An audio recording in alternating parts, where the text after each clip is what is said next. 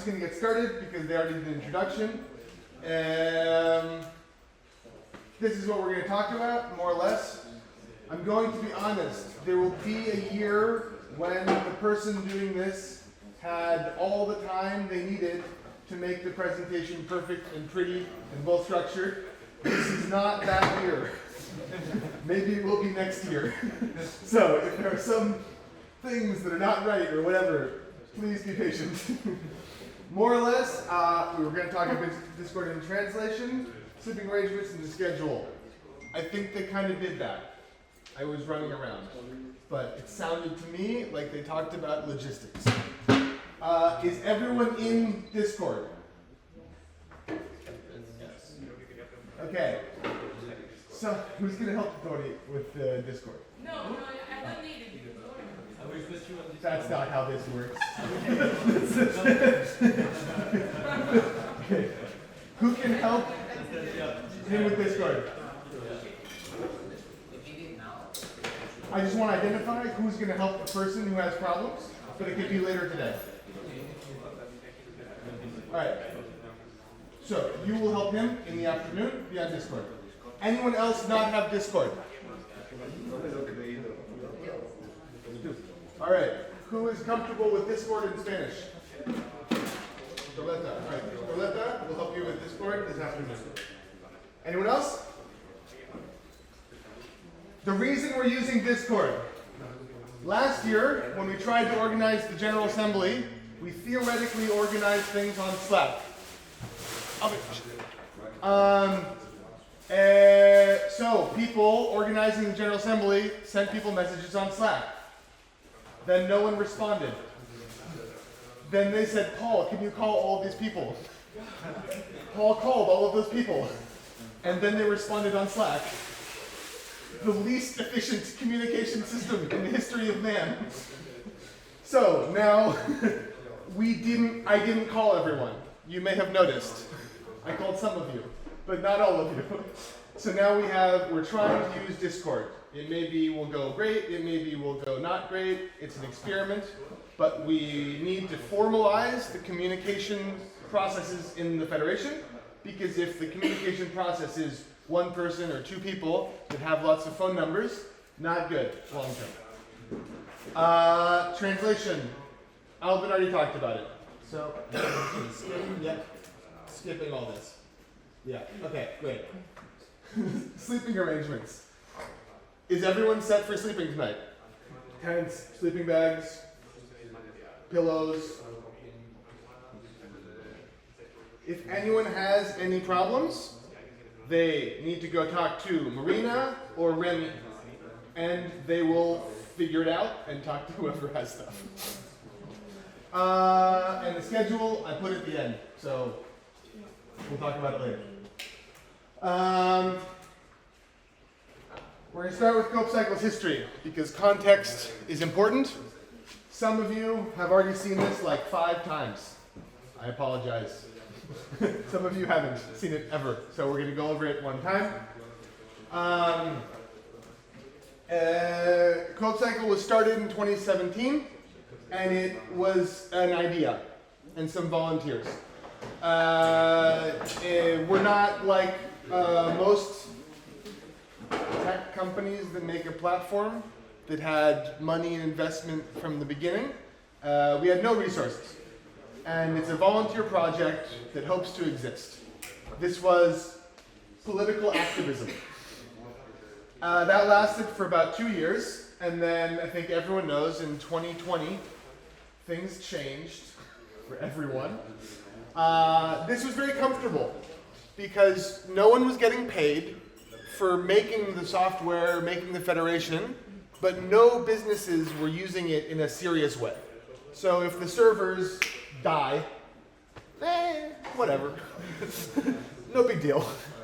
And then COVID happened, and all of a sudden we had close to 100 businesses making their livelihood on this software on a day-to-day basis. And if the software's died, it was a really big problem for a lot of people. But we still had no resources. For an example, Cora in Berlin During COVID, I believe the number got close to 400 deliveries in one day, which is insane. We didn't have any contracted paid developers in this moment. So we found after COVID our first grant and were able to finally pay Alex money for what he was doing. We hired Adrien at a part-time salary to just like do stuff, anything, all the stuff, please do it. So it was a very complicated situation where we still had none of the resources, but now everyone had a lot of expectations of the software and the federation. Phase 3, 2022, 2023, we really got our first large grants that we could depend on. This includes something called a DEM, which is about the region of Paris wants sustainable stuff. Also Erasmus Plus was granted then. And what happened was a lot of projects started disappearing, frankly. The projects that started with a lot of excitement, but now it's been 5 years and the software still isn't what I need to run my business. Some of them said, well, I need to pay for a different software. I can't pay for 2 softwares. Sorry. We had other projects that realized that they hadn't paid their taxes for a year and then, shit. And now there's no cooperative. And that's normal. COVID was a boom, and then there was a hangover. At the same time, we started really being able to invest in the software and started getting better at a reasonable pace. So what does that look like? I can't really read this very well. This is the number of volunteers we had in the organization, and these are years. And these numbers are 20, 7, not even 9, and 2 to 4. And now today it's like 1-ish. Employees, as you can see, 0, 0, 0, 0, 1, 2.5, 7, 11. To be clear, these are not full-time positions. So one of those 11 is Paul Belmet, who is here taking lots of photos. Hi, Paul. And Paul Belmet does 3.5 hours a week. But he's still a person. He's on the cooperatives, 10, 20, 50, 70, we could debate if it was higher. I was trying to be like real projects, right? 70 and now 60-ish. And if we added 2024 on here, that number would be going up. Budget, €0, 2,000 euros, 2,500 euros, 61,000 euros, 71,000 euros. And as you can see, now we have, that's how much money we actually got in grants in 2023. Doesn't mean we used all of it in 2023. It means that we got a bucket of money we used over time. And grants, sad face, 1, 5, but they're very small ones, like 5,000, 10,000, 10 small ones for a big grant. And in 2023, we're running 19 grants, which isn't really good. I'd rather we run 2 big, good grants than 30 small grants, if possible. So why do I say this? Because we are able to do what we have the resources to do. It's money, it's experienced people, it's time, it's whatever. So for example, 2 years ago, Enaman, my cooperative, was proposed by email by some new startup tech company, like, check out our new logistics software. We want to sell you on it. We want you to use this software instead of CoopCycle. And it was shit software. It was kind of like Urbans, so it was made for like last mile. It had like routes, but not really. They didn't even get what a route was. They just put things on a line. Right? And it was not good software, but it was pretty. And I looked at their website, and they had over 20 people working full-time on their project, which most of those people probably cost like 100,000 euros a year minimum. So we're talking about a business with 2 million euros a year in costs, just in salary. Not even now the laptops and the office space and other things, right? And we're competing with them with this. And we're competing with Uber, who literally have lit on fire like $10 billion over the last 10 years. So we're getting a lot better, but that's why we all run businesses here, and we understand that if we don't have resources, it's really hard to do stuff. Oopsies, that's not good. There should be 2 things. 1 second, add animation, slideshow. There we go. So this is our yearly budget. This is the revenue part. It's really important to understand that loans,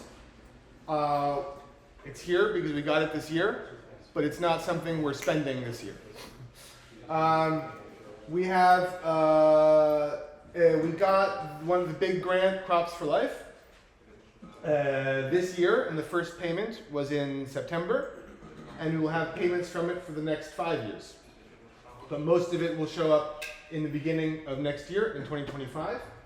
And that's why we need a loan, because grants are really cool because they give you money, but they're really not cool because they give you money after you do stuff. And when you do stuff, you have to pay people to do the stuff. So we got a loan to pay people, and then we will get the money in 2025.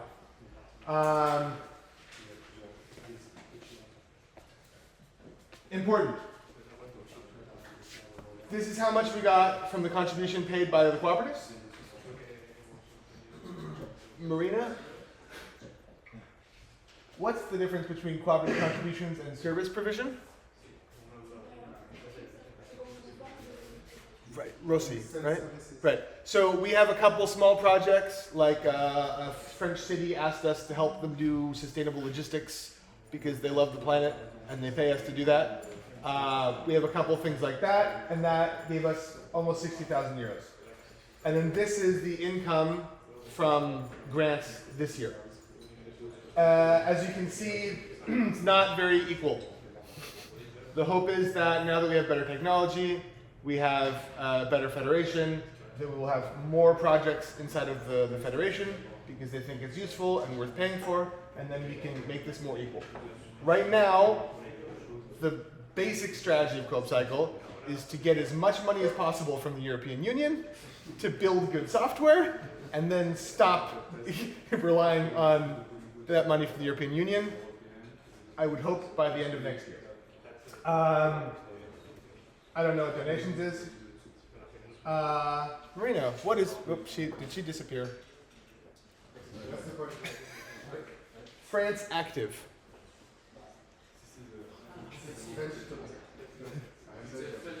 The main thing, it's a similar thing.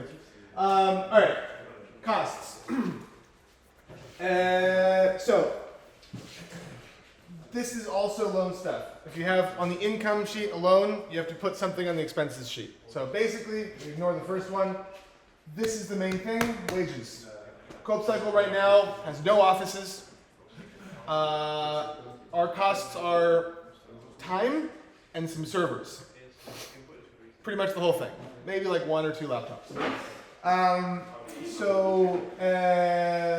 What this is almost all programmers. There is some time paid for coordination, but the majority of that is salaries for programmers. Keep in mind, we hired most of the team in September. So like probably half of that is in the last third of the year. Any other questions about the budget? It's not actually very complicated, our budget. Other businesses have complicated budgets. Our budget is, we paid these people and we bought a computer. We're done. Projects. Oh, you can't read that at all. I'm not going to read all of those names.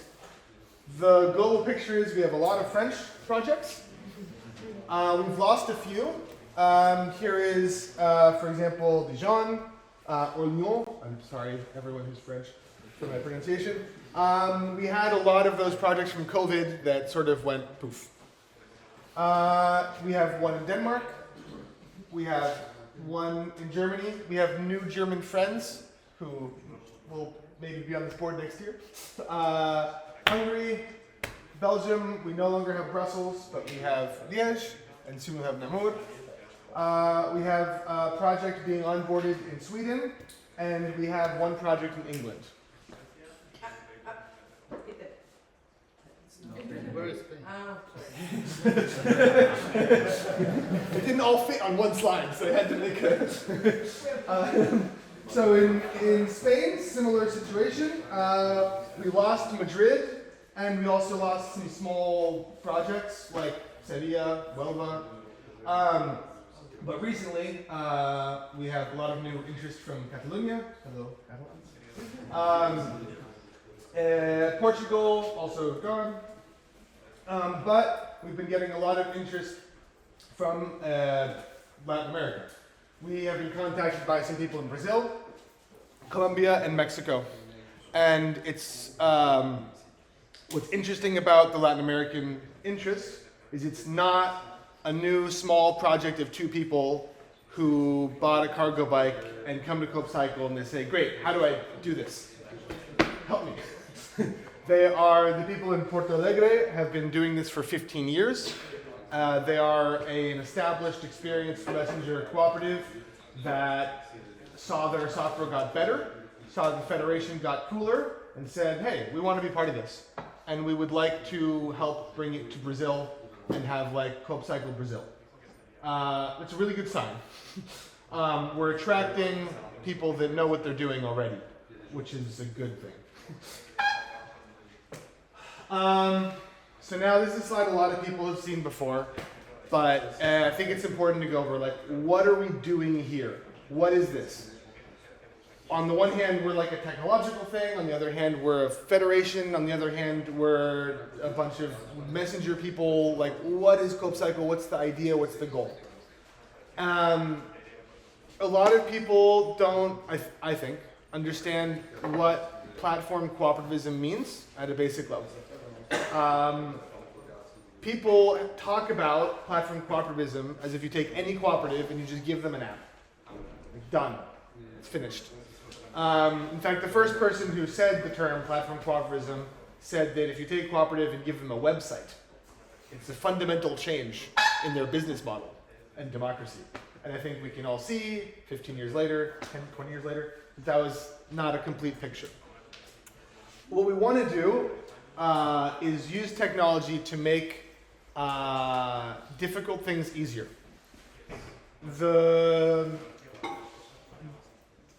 It's useful to have an app, and like every cooperative should modernize. But it's the same thing as any other tool. What we do specifically is try to find internal processes that are hard and use technology to show an easier workflow and make it more accessible. I'll get into what that means a little bit, but the metaphor I often use is, I mean, who here worked as an independent messenger before CoopCycle, before technology? I did some messaging by myself for something. Anyone? So when you did that, and you want to know how much you earned every month as a messenger, how easy was that to do?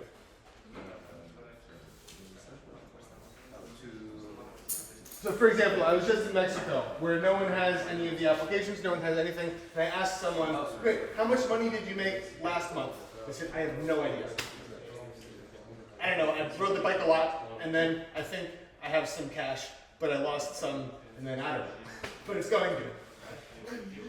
That's not great. And finances is complicated, invoicing is complicated, financial analysis is even more complicated. And what the platform economies did is you're a Deliveroo rider or a restaurant. Once a week you get a little thing. It says this week you earned this much money, this much was taken out for whatever reason, and this is what you earned this week. And that's useful information. That's really good. That makes financial knowledge accessible to people who otherwise have a hard time seeing it. The problem is, all of that is owned by evil capitalists. So, we want to take that and make financial information accessible to people. This applies to your financial stuff, it applies to commercial capture, it applies to any type of thing, using open source. So this is one example, keeping track of profitability and losses. We go to visit some people in some city who have a messenger cooperative, and we ask them, did you make or lose money last month? And a lot of them don't know what to say. They say, well, it's going good, I think. More or less. We could be earning more money. And that's when you're a single, in Mexico, for example, when you're one single messenger with your own economy, it's not the end of the world if you just sort of do it how you want.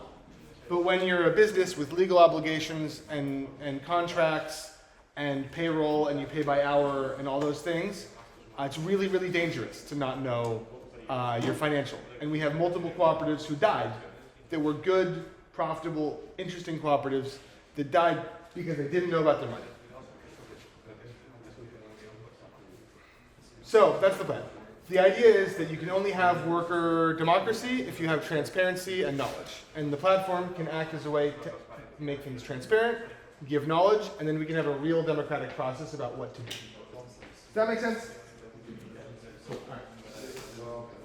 All right. That is the history of CoopCycle, what we said we want to do, and now we're in the what are we doing today part. So the team, development team, Alex. Woo! Alex has been here since the beginning and is the lead developer. Antoine is sleeping. Good. Has been with us since, what, 2 years now? He originally worked for Now Food, and then we hired him, and he's been specializing on last mile for a while now. Alois?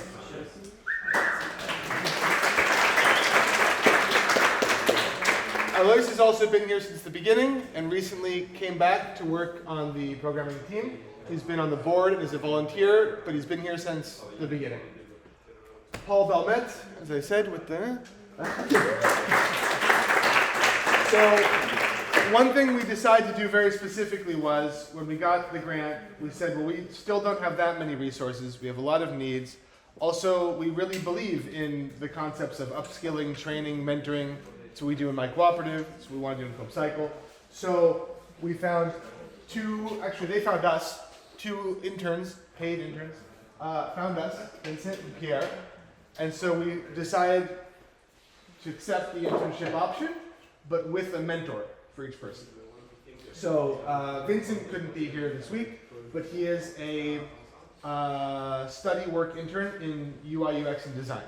And Paul Belmet works with him a few hours a week doing meetings to mentor him in the process of how to do design in a real business in real time.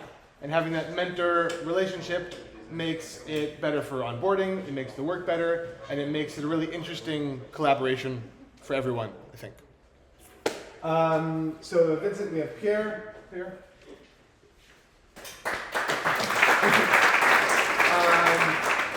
Pierre has been working a lot on the UI, UX of the application in the web platform. So when you see something get prettier, many times it's because of Pierre. Vladimir also could not come here because he lives in Vancouver, Canada, and we don't have budget for flying people from Canada, but he's very sad he can't be here. Vladimir was doing random volunteer work on the GitHub for many years, and so we were able to onboard him very fast, and he's very, very good at structures and processes. Adam.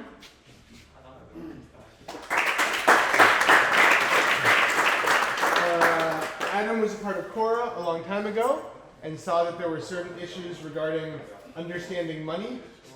And we met him a year and a bit ago, because he sent us an email saying, I did this master's project and I did this thing and it seems interesting. Are you interested? And we were interested. And so Adam is, on the one hand, working with the data analytics part of CoopCycle, which we have now. And on the other hand is helping with Erasmus Plus and the training and all those sorts of things. And that's Antoine.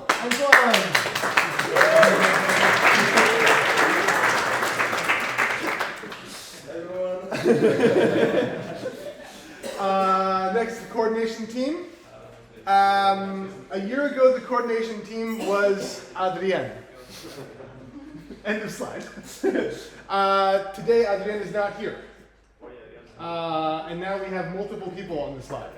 I think this is a good thing. Adrien was a superhero, but having more decentralization is the goal. So Jerome and Albin both stepped in to try to cover what Adrien was doing, which splits into, you could call it global coordinator and French lead or commercial and public relations. Basically, Adrien did a lot of different things. He talked to French banks about French loans. He also then had phone calls with messengers, and then he also ran Erasmus Plus. Then he also did commercial activity at a national level. Then just everything, right? So we're starting to split up all those different things and give them to different people in a way that makes sense. Remy and Marina were hired approximately a year ago to help out with all the new things. Remy's been working mostly on grant seeking, trying to get new grants. And Marina does accounting and human resources. So we have to pay people at the end of the month, we have to give people new contracts, cash flow tables, all those things. And then hi, I'm Paul. I principally am responsible for running the dev team at this point. But that was sort of I'm doing it because there was no one else to do it. And I also, especially since Adrien left, a lot of people have a lot of questions that mostly I can answer because I know stuff and I was there when it happened.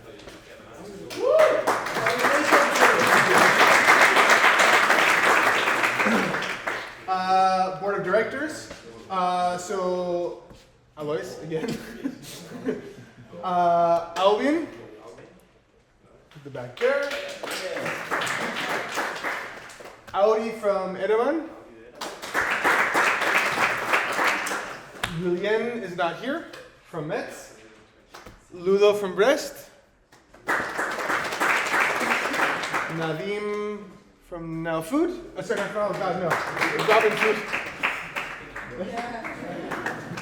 Nudi from Ensakas. Serge from here, right on the roof. Thomas from Le Corsair René. And Valentin also could not be here because he made plans for this week a year and a half ago with his best friends from childhood.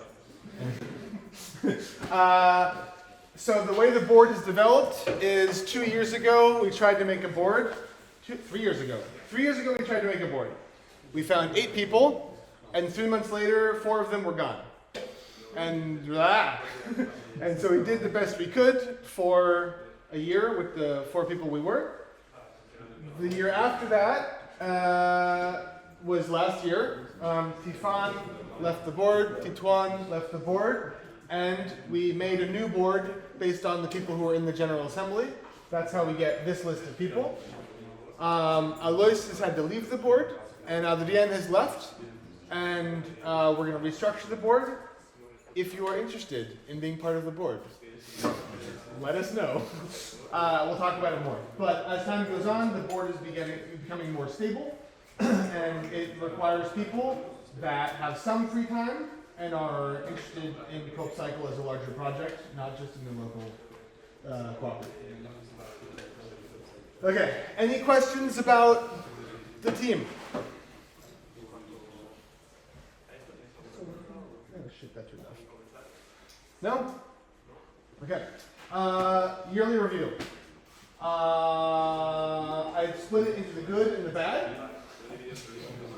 So I'll do the list and then we'll go over it more in detail. The good. We made very impressive progress on the dev platform. I think anyone who's been around for a while can see that things are moving a lot faster than they have in the past. Big grants happened this year, which pays for big developments, which is a good thing. The board of directors redid the entire statutes. I need a T. Statutes, norms, and strategic vision this last year. And that was a lot of work. Many people only saw the online meeting in April or didn't see that. But that represents approximately 80 to 100 hours per person for 8 people.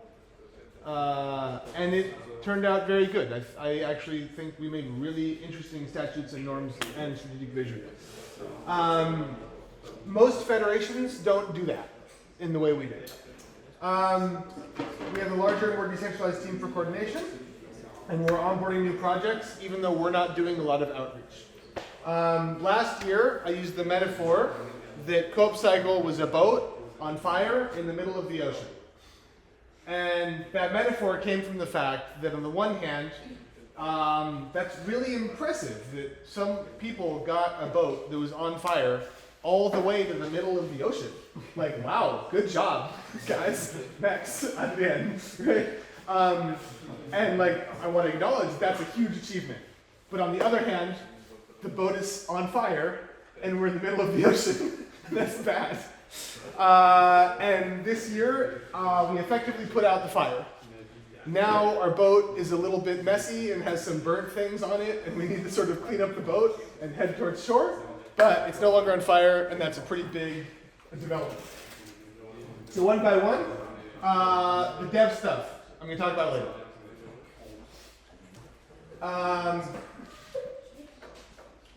I don't. Is that? Oh yeah, crops. So, okay, this is crops for life. Some people have heard that word. Many people don't know what it means. Basically, in northern Spain, where my cooperative is, 2 years ago, some people called us and said, "Do you want like 5,000 euros to be part of a European project because we need more organizations in the grant solicitation?" And we were like, "Okay." Sure, why not? We didn't even really know what it was. It's like, I don't know, some agricultural people and some delivery and like, well, we'll figure it out later. Okay, no problem, like you do you. And then they came back to us 9 months later, a year later, and said, so they gave us the grant, but the people doing all of the technological development and governance decided they don't want to be part of it. And they were like a third of the budget. You guys have like an app, right? We're like, yes, we do have an app. And they said, well, like, what would you do? And the short version is that some people that believe in things like Bitcoin and tokens and blockchain, blah, blah, blah, blah, blah, made a very big project without a lot of budget. And we looked at it and we said, oh, you need a logistics platform. Well, we have that. You need a sales platform for agricultural projects. That exists. There's an open source thing that does that. Oh, you need an optimization engine. There's an open source thing that does that. And we were going to build everything from zero with this budget. And we said, well, with this budget, we can take all those things and we can put them together in a box. Was that okay? And they're like, yeah, that's great. And so now we made route optimization with vehicles, because if you want to deliver, Mensakas can say this, if you want to deliver 200 boxes of fruits and vegetables every day, having optimization based on vehicles and a good dashboard is important. And so all of those upgrades have come from the fact that we're doing crops for life.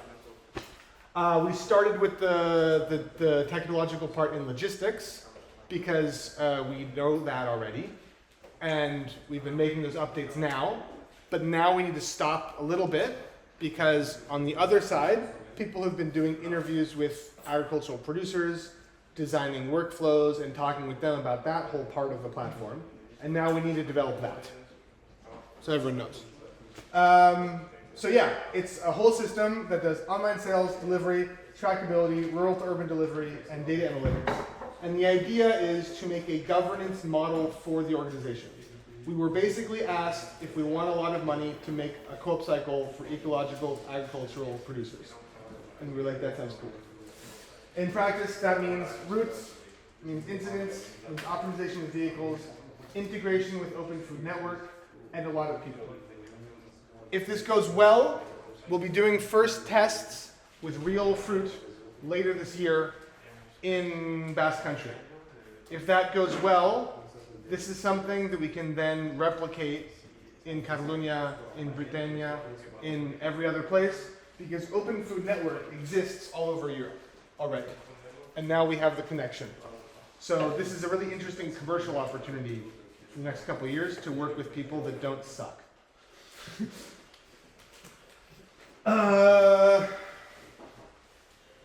Yep, I just explained that. Other grants. Adam, this was the first big grant we got to optimize sustainable food delivery. Paid for the first salaries. It's why we have reusable containers happening in France. It's why there's a number of things we made for this. Right now, this is ended in a way where we have business accounts, which I'll explain later, and we have reusable packaging, and people can start offering regular, coherent catering services on the platform to businesses in France. Lunchtime for all the employees, things like this. Erasmus Plus, we're doing it. We just finished yesterday, the Erasmus Plus part of the week. Year one, last year, the goal was to help projects that needed stabilizing. And we picked a number of, Erasmus Plus does two things. It means generally we have classes for everyone online. Yay! It also pays for exchange of experience in-person moments, which is the technical word for a general assembly. So everyone who's got bus tickets that's being reimbursed, it's because of Erasmus Plus. Before Erasmus Plus, the budget for this event was like 2,000 euros, which doesn't get very far. On the other hand, we work specifically with 16 organizations every year to try to mentor them specifically, and that between them, they learn from each other. It went quite well last year, and it looks like it's going well this year. Other stuff. With the help of Dorletta from a new group. Yeah.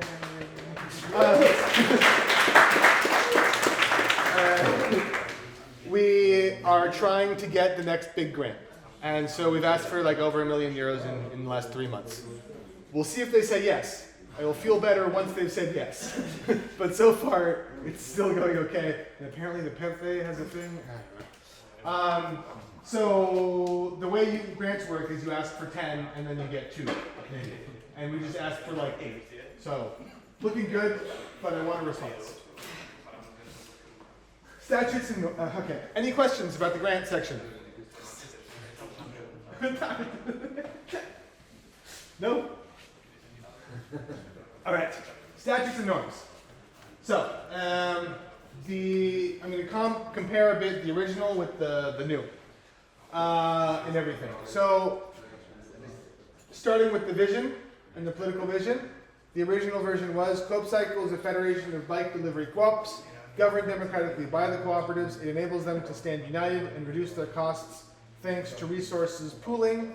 It creates a strong bargaining power to protect the bikers' rights. This was a vision statement created by people with a lot of experience in politics and union activities and things like that. It wasn't bad, but it had a certain flavor. What we did as the board of directors is we took a step back and we said, what are the values we're trying to reflect with this? That the base of the vision statement you write is a series of values. So democratic management, that can look different in different places. Democracy is a contentious word, but we like it. Protection from arbitrary decisions from managers. What this means is it's not about workers' rights, and cooperativism doesn't mean I'm a messenger, I do whatever I want. I don't want to do this delivery. Screw it. No, we're professionals. But managers can't just make random decisions, then you have to do whatever they say. So instead of saying like worker liberty, we decided to say that the workers have protections from random dumb decisions from management. Environmental sustainability, fair working conditions, worker-owned businesses, worker dignity, and mainstream accounting for gender perspective in the Federation. So as we can see, this is no longer cooperatives. It's worker-owned businesses and democratic management. It's the value that underpins in cooperatives and also other things, depending on the context you're in. So, we have a short and public vision statement. It's new. CoopCycle is a federation of bike messenger cooperatives and associations that creates and neutralizes values, services, and digital tools in order to achieve digital sovereignty, dignified working conditions, environmental sustainability, the mainstream of gender equality perspective, democratic management, and solidarity in the logistics sector. We have a little bit of a longer one. This one we don't put on the website. It takes it a bit more in depth, right? For example, we don't just want to have digital sovereignty as CoopCycle. What that really means is we want to collaboratively develop digital and non-digital tools. Right. This isn't that CoopCycle hired some super experts that come in and make some really great technology for you all to use. No, we are all together building a thing for ourselves. That's what digital sovereignty really means. And if you want to see more of this, there is a document we've shared many times on Slack and everywhere that has it all written out. If you need it, let someone know. We'll pass you another one. So, statutes and norms. What we did and what we're doing. We have decided to change from using imperfect quantitative measurements to a qualitative analysis to evaluate membership. Before, if you want to be a member, you had to legally be a cooperative. You had to have less than 25% of your income coming from external contractors. You had to have certain number of full members compared to contracted workers. I forget the ratio.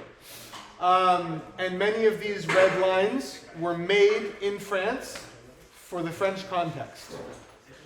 But then even the French weren't doing it. Almost all of them were associations, not cooperatives.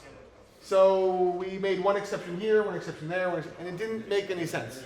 And practically what we were doing was we spent time to get to know each other and understand how workplace democracy works in each place, and we made decisions on what looks good, what looks bad. So we want to formalize that system. What does that look like? It looks like a yearly review with every organization that is an interview. It's a conversation. What does workplace democracy look like for you in your business? How do you want to make it better over time? What are your goals for next year to be more democratic? Whatever they are, let me know. It means having people we can trust in different regions. Where, for example, if tomorrow some Japanese bike cooperative comes in and says, I want to be part of CoopCycle, cooperative law here is really bad, so I'm business. But like, I promise, I'm super cool, I'm really great, we should totally be part of CoopCycle. And I'm like, I have no idea how to evaluate this. I know nothing about Japanese law, I don't speak Japanese, like I have no idea. So in places where we are going to have groups in the near future, we need to start creating relationships of trust with people in those areas who have experience and believe in these values. And when someone shows up and says, I want to be part of CoopCycle, we can call them and say, have you met Fred? And they're like, yeah, Fred's an asshole. Fred didn't pay half his workers last year, and then he opened a new business. Or, no, Fred's really great. Fred has been trying, creating a membership funnel. So before, it was you are in CoopCycle or not in CoopCycle. End of story. We have full members, and we have people that we don't.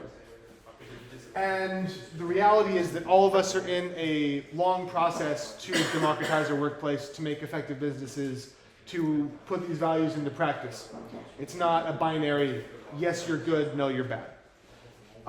So now what we want to do is that entering CoopCycle is relatively easy. You can understand what the software is for, you can understand the pricing model, understand what CoopCycle asks of you. At the beginning, it's not very much. And then over time, you become more involved, you start doing more, and you become a full member as you democratize your business and you make your business not lose lots of money. This is a funnel model based on the way cooperatives are supposed to work. A cooperative is supposed to, theoretically, hire a person as a contractor, see how it goes. After a certain amount of time, say, do you want to be a member or not? And if they say yes, they become a member, and if they say no, they leave. This is a similar concept, but for cooperatives, and it takes place over many years. Take concrete steps towards integrating gender perspective into all elements of CoopCycle activities. This is something that we stated we wanted to do last year, and then with everything we were doing, there wasn't a lot of time, and it didn't really happen. I put it all over this presentation because we talked about it in the board, and this year we need to make sure it's a priority and it's taken seriously. Make CoopCycle services and technology attractive to medium-sized bike logistics organizations in order to onboard stable and experienced projects. We also made the decision that right now we can't fix everyone's problems. We need to stabilize ourselves, and then from there we can help people that are new projects.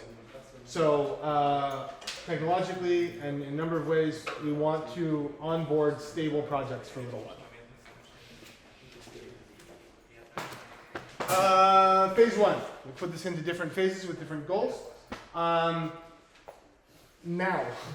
was 9 months ago, until today. Achieve a minimal viable product for the technological platform and food delivery, last mile local commerce, and administrative management. Minimum viable product means it works, but maybe it's hard. We're there, maybe the administrative part needs some more work to be a minimal viable product. But right now, we are doing all of the different things, and it's going okay. But none of them are amazing. Having a functional and effective Wikipedia of collective knowledge. We have not done that. We've improved the documentation page a little bit, but it's another thing that we didn't have time, we couldn't prioritize, didn't have. Create and agree upon a gender perspective protocol. Like I said before, we're hoping that happens now. Grow our budget with external funding as fast as possible. That did happen, Crops for Life. Gain more political and cultural reputation in the geographic areas we currently have a presence. There are places where we operate, but people don't even know who we are, to try to make that stronger. And have a moderate number of new experienced cooperatives entering the Federation. New as in new to CoopCycle, but they've been doing bike messaging for a while. Phase two, have a leading, innovative, and attractive software for the next 2 years. Gaining more political and cultural reputation in areas we do not operate now. Having strong regional networks and cooperatives in 5 countries. Presence in 75% of the EU countries. Networks in North and South America. Have a minimum of 100 cooperatives doing 200,000 euros in yearly turnover.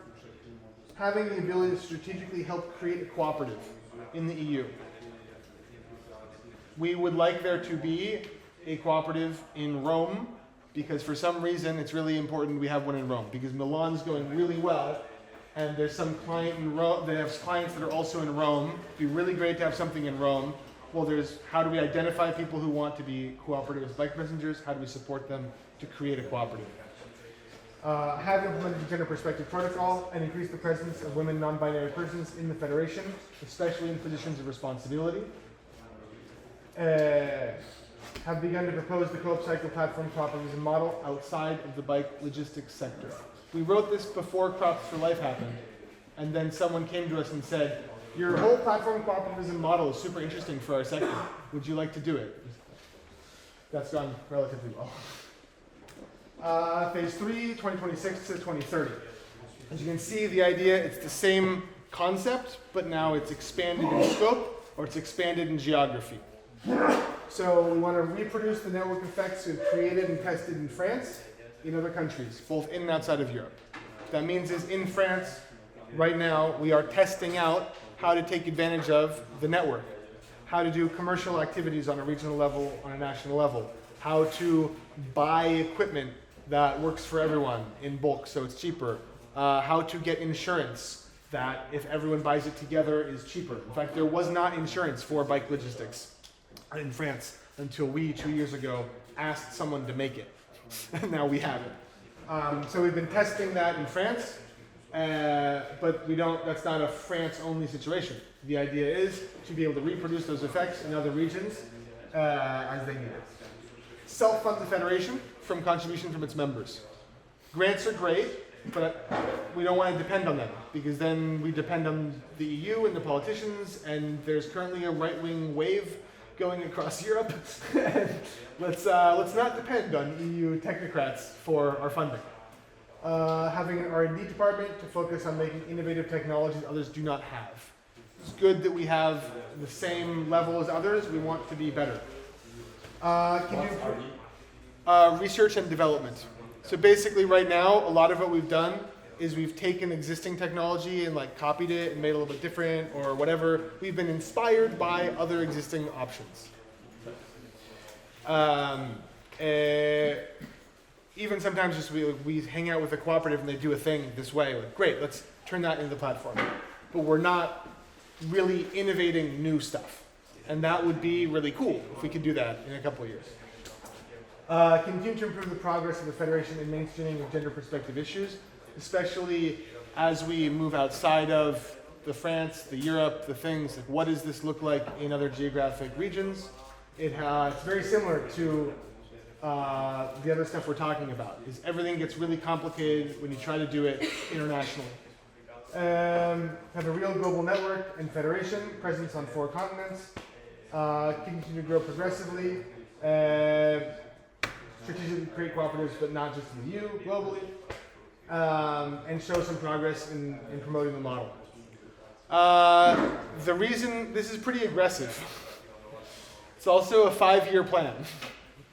The reason why it's aggressive is not we want to take over the world, but it's because there's a lot of opportunity. There's a lot of bike logistics happening in a decentralized, non-political way. And if we make good software and we have a good federation with good values and good training, that should mean that people are interested and they come and join. If we don't make good technology, we don't have a good federation, we don't have good training, then people won't. So this really isn't so much like this is the goal exactly that we want.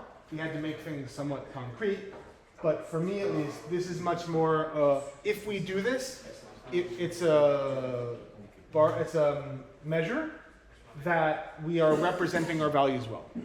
If we do that well, this will happen on its own.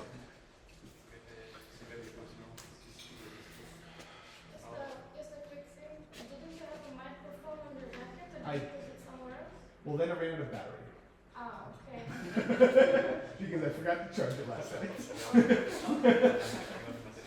But good catch. Right, so now we're talking about the coordination team now, and for this. We should just think about putting cutting the presentation into two, so we have like a small break in the middle. So for everybody to have fresh air. How, I don't remember. I don't know where you are. Sure. 11 was what I saw on the schedule. Is that appropriate? Yeah. All right, cool. Can someone tell me when it is 10:50? Awesome. Thank you. Good. All right. So yeah. Right. Wait 1 second. Let me remember what we're doing really quickly. Right. Okay. Now we're in. Right. Okay. Now we're in the good. We have a larger, more decentralized team for coordination. Okay. We have new faces. Jerome and Albin, as I mentioned. Also, people that have been here for a while are getting better. When I started managing the dev team, I was not a dev manager. Debatably, I'm still not. Some things I've gotten better at. which is frustrating because you look at last year and you're like, shit, if I had done that better a year ago, this would have all been a lot easier. But for me, what's really important here is that the internal capacity and knowledge of CoopCycle has been going up, right? I'm not going to be the dev manager forever, please. But there are mistakes we made a year ago that we won't be making this year. We'll make new mistakes. Marina has gotten a much better picture of everything that's going on with the money and the accounting and the payroll and those things, and we're automating the systems and it's being more efficient. Remy, together with Doleta, has gotten a lot more effective at asking for grants in the last year that he's been working with CoopCycle. Jerome has been working in collective bike messaging for how long? Total? 800 years. 800 years. Jerome is an elf. Albin since COVID as well. So the original coordinator was someone who had never done bike messaging before and said, great, let's try this. And he learned some things, and we haven't replaced that person with someone who doesn't know what they're doing and needs to learn everything again. We've replaced that person with two people who together have maybe 1,700 years in bike messaging collective experience. And that's really important. It's that knowledge and experience is what we build on as we move forward. Onboarding is also good in one sense. The sense it's good is that it's happening now without us doing a lot of effort, and we're getting interesting projects. I mentioned it. But basically, we stopped doing onboarding. Like a year and a half ago, we were doing onboarding, and then we said, we just can't do this anymore. We have too many things, and it just stopped happening, more or less. And some of us do it in our free time. But in a coordinated way, CoopCycle doesn't do onboarding. So the fact that people have started contacting us and asking to join is a pretty great sign. The boat is no longer on fire. I already talked about this. Yay, no more fire.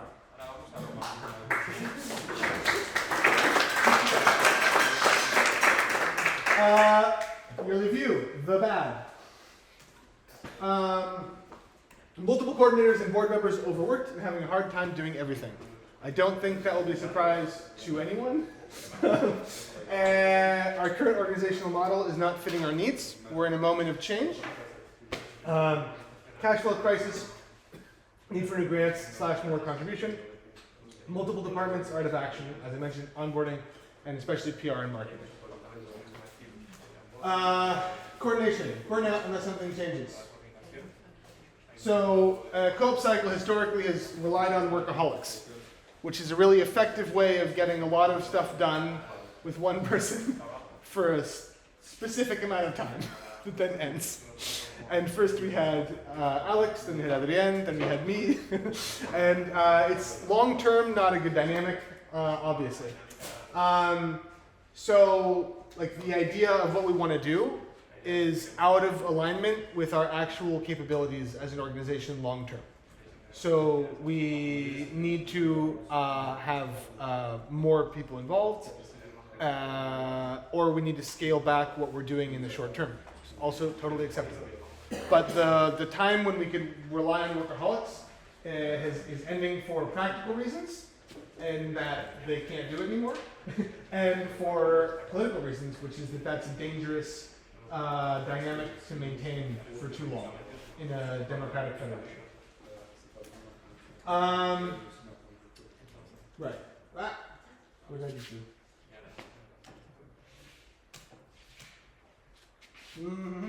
Okay. So, right. So it's important people know. How do I make this bigger now? 1 second. I think I need to hit the slideshow button. Right. So what are the consequences of this? Right. Like, why is there a little red flag on the field? Because Adrien had a family emergency and also a baby, which is another type of family emergency, and had to leave relatively quickly. And it was incredibly difficult to replace him. Luckily, we had motivated people with 1,700 years of experience between the two of them. Even so, it's been relatively hard. There's a lot of knowledge Adrian has that has been difficult to transfer to new people. Right now, me in the dev manager position is a similar risk. If something happens to me tomorrow, then we would have a pretty real problem in a lot of ways. For the last 2 years, with the resources we had and the things we wanted to do, it was necessary to have some crazy people just doing all this stuff. And now we're outside of that phase because we have things like resources and time and experience and knowledge.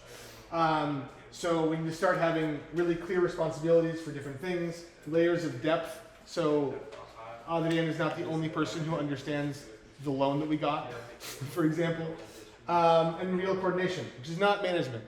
It's not saying we need more managers to tell people what to do. It's about the way we organize ourselves in a horizontal manner. Cash flow crisis. We came dangerously close to running out of money. We didn't talk a lot about it at the time because we were very busy managing the cash flow crisis. That was enough.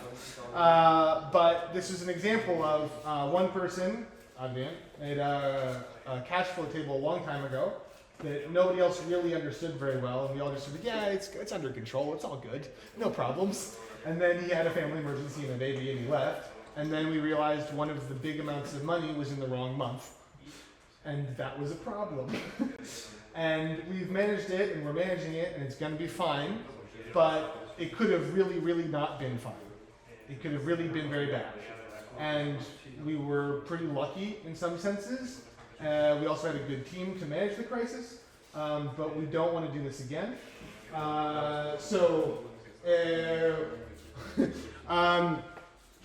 Another part of the reason why we were able to get through the cash flow crisis is because we called the cooperatives and said, please, please, now is the time to give contribution. All the time when people haven't been giving contribution because nobody could, because they were small, like now, please, whatever you can do, send contribution. And a lot of people really made an effort on their own budgets to help weather this crisis. So that has been, I want to really say thank you to all the cooperatives that did that. And I mean that in the sense, even like there's a cooperative in Vancouver, Canada, who we basically haven't had contact with in 2 years and hadn't paid us in 2 years. And it was really awkward to try to go find people in Canada and tell them to pay us for stuff that was not very good 2 years ago. And we sent them an email saying, we're having this crisis, please help. And they have back paid almost everything. And that's really impressive and it says a lot about the Federation and who we are and our values, and I'm pretty proud of that. Zombie departments, like I said, we're not coherently doing onboarding. Currently Paul's free time, plus Marina is also working with some projects in France. The gender perspective, protocol and implementation, marketing and PR is what we are doing. Like the Instagram account is 3 days a week Albin has it, and 4 days a week I have it, and we just like press repost occasionally, and that's all of the PR and marketing.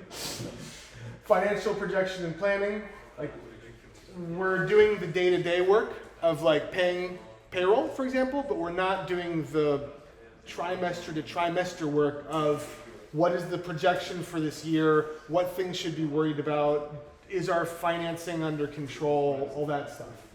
Presidential role, like theoretically I'm the president, I guess. And the president, I Googled it once. Actually, no, I didn't Google it. I DuckDuckGo'd it once. And you're a president's supposed to like run board meetings and do reports and like go talk to the newspaper or stuff like that. And like that's not what I'm doing. I'm not doing any of that. I stopped writing reports because I didn't have time. I'm not even organizing the board meetings. I'm just like, I'll see you guys on Wednesday and we'll talk about it or whatever it is. And I'm certainly not talking to the newspapers. What I'm actually doing is a different thing. And like right now that's okay. There's a lot of internal communication and a lot of trust. Like long term, it's not good that we're not being transparent about our activities in a systematic way. Like, I have a lot of phone calls with people. People know what's going on, hopefully, most of them. But that's not a real system. That's a bunch of phone calls. So I want to say right now, I'm not doing this because I couldn't. But long term, this is all stuff that we need to be doing or we will have really systemic, really big problems, right? We've been managing all the day-to-day stuff, But if we don't do onboarding in a good way, if we don't take gender perspective into account, if we don't do PR, if we don't project our finances, and we don't have transparency and coordination of the board with the General Assembly, then that opens us up to really systemic risks that can destroy us in the future. No, we're not doing that. Design process system. Okay, so this is where I think we could take a break. What time is it? 35. 35? Okay, I'm going to do it just a little bit more, okay? I'm going to stop right before all of the new features. So, before we talk about new features, I want to talk about design as a process, and thank you lots, Paul Belmet, for teaching me all the stuff.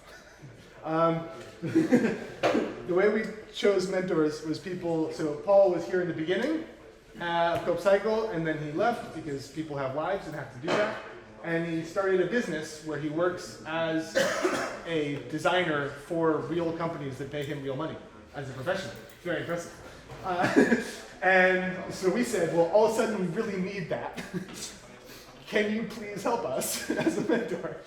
Because Paul doesn't know what he's doing. He's a dev manager. And so he did like just a really crash course in how do you do this well. And the fact that we're making good features that work is a combination of the combined knowledge and experience we have, and that we learned how to do this from Paul and a lot of DuckDuckGo. So what's the process look like? There's 5 steps: discovery, design, planning, engineering, deploy, and test. I have a photo later, but basically the main thing here is that making technology isn't coding. In the same way that being a bike organization in the logistics sector is not pedaling your bicycle.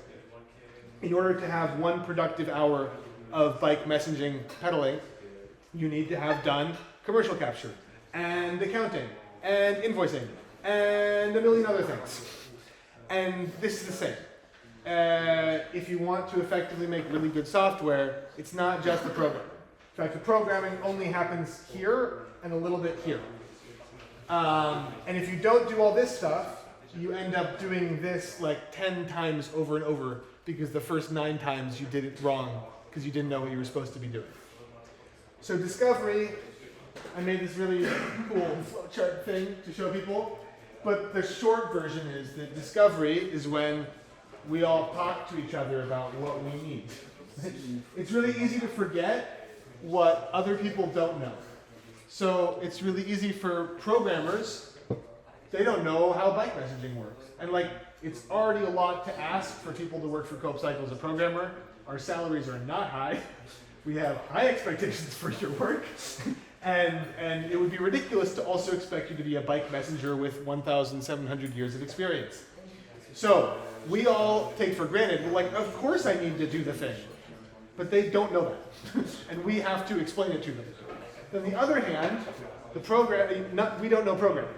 It's enough to ask us to be democratically bike messaging in the social economy in the rain for not a lot of money.